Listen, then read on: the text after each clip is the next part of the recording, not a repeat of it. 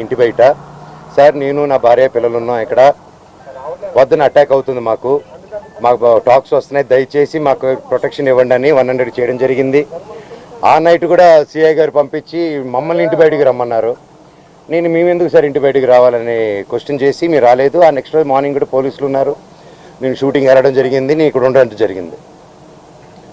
April 1న నేను ఇక్కడ April 2కి మేము బర్త్డే చేసుకుందామని మేము మా వరకే చేసుకుందాము, ఈ దీంట్లో ఈ గోల్లో అందరినీ పిలుచుకొని ఇది ఒక్కర్లేదు, ప్రశాంతంగా పాపతో టైం స్పెండ్ చేసుకుందాం అన్న బావతో చేసుకుందాం అనే ఉద్దేశంతో ఎవరిని పిలుచుకోకుండా నేను చేసుకుందాం అన్న టైంలో 1వ తారీఖు పొద్దున 1వ తారీఖు ఆ ముందు రోజు రాత్రి మేము వెళ్ళి సరే ఓకే ఇక్కడ వద్దు జైపూర్కి వెళ్ళిపోదాం, ఇవన్నీ ఎందుకు హెడ్ఏక్, మేము 4 టికెట్లు బుక్ చేసుకొని వెళ్దాం అనుకునే టైంలో మా అందరికి ఇన్ఫామ్ చేసి వెళ్తున్నామని.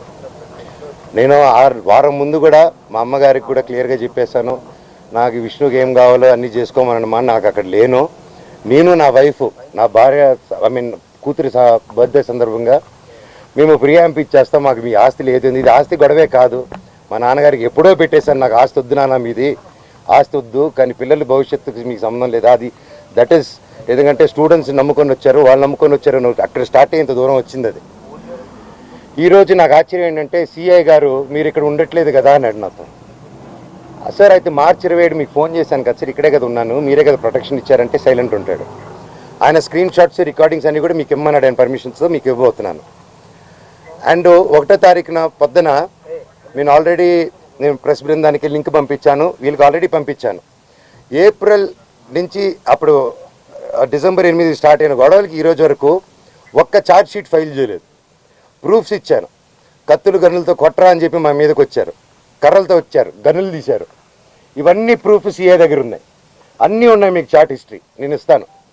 అయినా కూడా ఈరోజు పడలేదు. ఓకే సార్, సార్ కనీసం నా ఇంటికి దౌర్జన్యంగా వచ్చారు. ఆ రోజు పొద్దున్న నేను ఉంటే నా పెట్స్ ఉన్నాయండి, లోపల 3 పెట్స్ ఉన్నాయి, నా రూము అన్నీ నా చిన్నప్పటి నుంచి వస్తువులు, నా పిల్లల వస్తువులు, నా భార్య వస్తువులు. అంటే ఒక మగాడు నేను ఊర్లో ఉన్నప్పుడు లేని ధైర్యం, నేను ఊరు దాటిన వెంటనే జైపూర్కి పాపనెత్తుకొని వీడు పాప బర్త్డే బిజీలో ఉంటాడు, ఈ టైంలో కొట్టొచ్చని కేవలం విష్ణు ప్లాన్ వేసుకొని తెల్లారుజామున ఏప్రిల్ 1 5:40కి ఇదే రోడ్లో ఉన్న కెమెరా సీసీటీవీ, మా ఇంట్లోనే సీసీటీవీలు వాళ్ళు ఫేమస్ కదా, పోయినసారి గొడవ అయినప్పుడు వాళ్ళు నా మీద కంప్లైంట్ వేసి వాళ్ళే సీసీటీవీ దాచిపెట్టారు. ఇప్పుడు కూడా మీరు వెళ్ళి అడగండి సీసీటీవీ వాళ్ళు ఎంటర్ అయింది ఎవరు, వాళ్ళు ఇస్తే సగం గుండు కొట్టుకుని తిరుగుతాను నేను వీధంతా, వాళ్ళకి సమస్య లేదు ఎవరు మీకు, ఎందుకంటే వాళ్ళు చేసింది దొంగ పని. నంబర్ 1, కమిషనర్ గారు బైండ్ ఓవర్ని క్రాస్ చేశారు, మల్టిపుల్ టైమ్స్ క్రాస్ చేశారు. జనరేటర్లో షుగర్ పోయడం దగ్గర నుంచి, మా వాళ్ళని కొట్టడం దగ్గర నుంచి, వాటర్ పంపులు ఇంటికి కట్ చేయడం, పగలు కొట్టడం నుంచి, కరెంటు కట్ చేయండి ఆ ఇంటికి అని చెప్పడం నుంచి ప్రతి ఒక్కటి ఈ మనోజ్ గారి దగ్గర ప్రూఫ్స్ ఉన్నాయి. వాళ్ళ దగ్గర ఒక్క ప్రూఫ్ మనోజ్ మీద తప్పని చెప్పమానండి, నేను సాక్షాత్ అందరి కాళ్ళ మీద పడి నేను సారీ అడుగుతాను. ఒక్క ప్రూఫ్ చూడుకుని పోనీ నేను ఆస్తి అడిగినట్టు ఒక్క ప్రూఫ్ చూపిమానండి. మీకు ఆన్గోయింగ్ ఇష్యూ బయటికి రమ్మన్నారు. మేమెందుకు సార్ ఇంటి బయటికి రావాలని క్వశ్చన్ చేసి మీరు రాలేదు. ఆ నెక్స్ట్ రోజు మార్నింగ్ కూడా పోలీసులు ఉన్నారు. నేను షూటింగ్ వెళ్ళడం జరిగింది, నేను ఇక్కడ ఉండడం జరిగింది.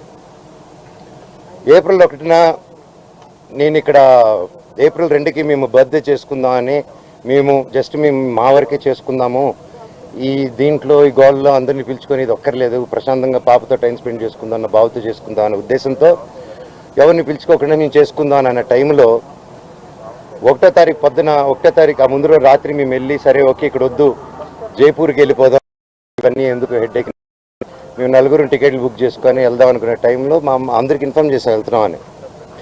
నేను వారం ముందు కూడా మా అమ్మగారికి కూడా క్లియర్గా చెప్పేశాను, నాకు విష్ణుకి ఏం కావాలో అన్నీ చేసుకోమన్నమా, నాకు అక్కడ లేను.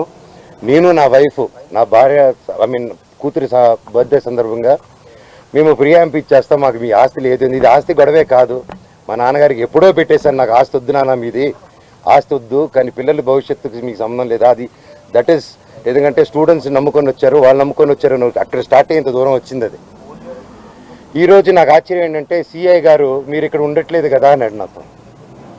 సార్ అయితే మార్చి 27 మీకు ఫోన్ చేశాను కదా సార్, ఇక్కడే కదా ఉన్నాను, మీరే కదా ప్రొటెక్షన్ ఇచ్చారంటే సైలెంట్ ఉంటాడు. ఆయన స్క్రీన్ షాట్స్ రికార్డింగ్స్ అన్నీ కూడా మీకు ఇమ్మన్నాడు, ఆయన పర్మిషన్స్తో మీకు ఇవ్వబోతున్నాను. అండ్ 1వ తారీఖున పొద్దున నేను ప్రెస్ బృందానికి లింక్ పంపించాను, వీళ్ళకి ఆల్రెడీ పంపించాను. ఏప్రిల్ నుంచి అప్పుడు డిసెంబర్ 8 స్టార్ట్ అయిన గొడవలకి ఈరోజు వరకు ఒక్క ఛార్జ్ షీట్ ఫైల్ చేయలేదు. ప్రూఫ్స్ ఇచ్చాను, కత్తులు గన్నులతో కొట్టరా అని చెప్పి మా మీదకి వచ్చారు, కర్రలతో వచ్చారు, గనులు తీశారు. ఇవన్నీ ప్రూఫ్ సీఏ దగ్గర ఉన్నాయి, అన్నీ ఉన్నాయి, మీకు చాట్ హిస్టరీ నేను ఇస్తాను.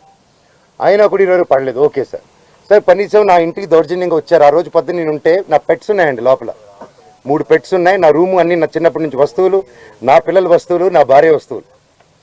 అంటే ఒక మగాడు నేను ఊరిలో ఉన్నప్పుడు లేని ధైర్యం, నేను ఊరు దాటిన వెంటనే జైపూర్ పాపనెత్తుకొని, వీడు పాప బర్త్డే బిజీలో ఉంటాడు, ఈ టైంలో కొట్టచ్చా అని కేవలం విష్ణు ప్లాన్ వేసుకొని తెల్లారుజామున April 1 5:40కి ఇదే రోడ్లో ఉన్న కెమెరా సీసీటీవీ, మా ఇంట్లోనే సీసీటీవీలు, వాళ్ళు ఫేమస్ కదా, పోయినసారి గొడవ అయినప్పుడు వాళ్ళు నా మీద కంప్లైంట్ వేసి వాళ్ళే సీసీటీవీ దాచిపెట్టారు.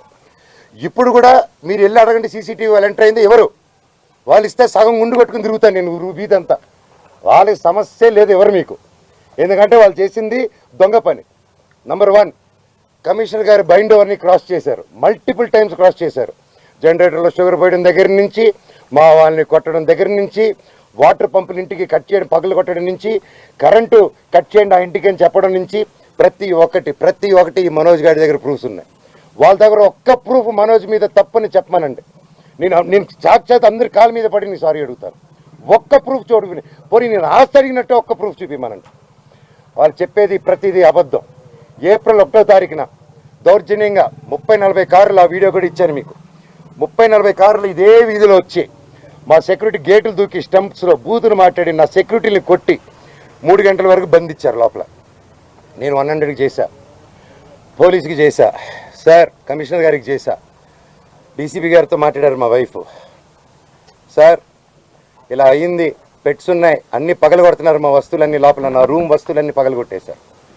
నా బాబు ఫొటోస్, నా పాప ఫొటోస్, చిన్నప్పటి నుంచి ఉన్న వస్తువులు, నా పాప కోసం ఉన్న చిన్న చిన్న నగలు మేము బర్త్డే కోసం కొనుక్కున్నట్టువి ప్రతిదీ పగలగొట్టి ఎక్కడేశారో కూడా తెలియట్లేదు. నా కారు, నా 2016లో కొనుక్కున్న నా కారు టో చేసుకొని ఆల్మోస్ట్ 9 ఇయర్స్ కారు, నాకు చిన్న నేను పాత వస్తువులు అన్నీ ఎత్తి పెట్టుకుని ఉంటానండి, నేను అవే వాడుకుంటూ ఉంటాను. అండ్ నాకు ఆ షోకులు లేవు. అది తీసుకొచ్చి ఆ కారుని టో చేసుకొని తీసుకొచ్చేసి వెళ్ళిపోయి ఆ రోడ్డు మీద వదిలేరు. నా మా వైఫ్ కారు మినీ కూపర్, దాన్ని టో చేసుకొని తీసుకొచ్చి ఆ గ్రౌండ్లో వదిలేరు. ఆ గ్రౌండ్లో వదిలి అక్కడ కర్చీపులు కట్టుకొని రౌడీ షీటర్లు అందరూ దిగి దగ్గరుండి దాన్ని టో చేసుకొని మళ్ళీ తీసుకెళ్ళి అక్కడ వదిలేరు. ఇవన్నీ గురువారెడ్డి గారికి, అవునా ఇంత గలీజ్గా ఎందుకు చేస్తున్నారు, ఇది బాగాలేదు మనోజ్ గారు అని చెప్పి సీఏ గారు చాలా ఫీల్ అవుతున్నారు, కానీ యాక్షన్ తీసుకోలేదు. నేను వెళ్ళండి సార్ మా వాళ్ళు